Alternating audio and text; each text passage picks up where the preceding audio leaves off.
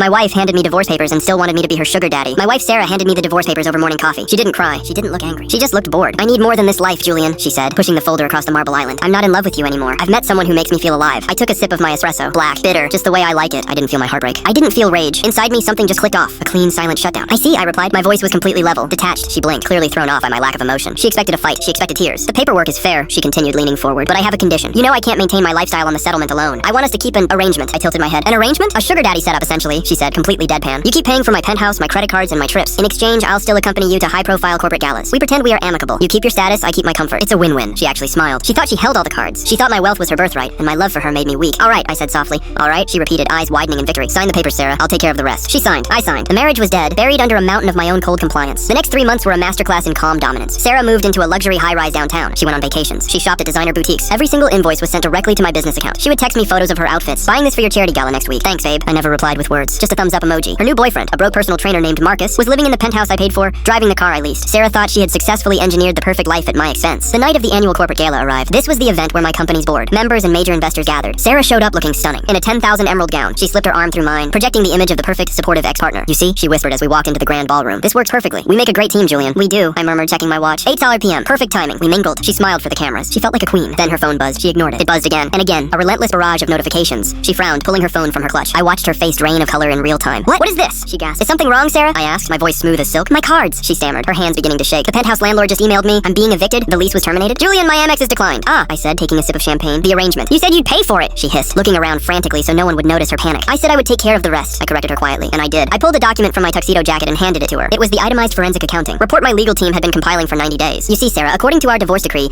any financial support provided post-separation outside of the court-mandated lump sum is classified as a gift unless tied to a legally binding contract. She stared at me, uncomprehending. We never signed a sugar daddy contract, I continued, leaning in close so only she could hear. I didn't pay your rent from my personal funds. I paid it through a shell corporation holding company, a company that just bought your penthouse building last week. Her breath hitched. You bought the building? I did, and as the new landlord, I'm terminating your lease for violating the policy against unauthorized long-term guests. Marcus isn't on the lease, Sarah. Julian, please. As for the credit cards, I interrupted, my tone icy and unyielding. Those were company cards. I filed a corporate report for unauthorized personal expenditures. Every dollar you spent on Marcus, every trip, every dinner is now flagged as fraud. The police are likely at your penthouse right now, seizing the assets. She looked at me as if she were seeing a monster. The man she thought she could manipulate was gone. In his place stood the ruthless businessman who built an empire from nothing. Why? She whispered, tears finally welling in her eyes. Why do it like this? Because you thought my kindness was weakness, I said, my voice entirely devoid of malice, filled only with absolute indifference. You wanted a sugar daddy, Sarah, but you forgot that a daddy can cut off the allowance whenever he wants. I gently peeled her hand off my arm. Enjoy the gala, I said. The valet has been instructed not to retrieve your car. It's been repossessed. I turned my back on her and walked toward the board members, leaving her standing alone in the center of the room, completely ruined and utterly powerless.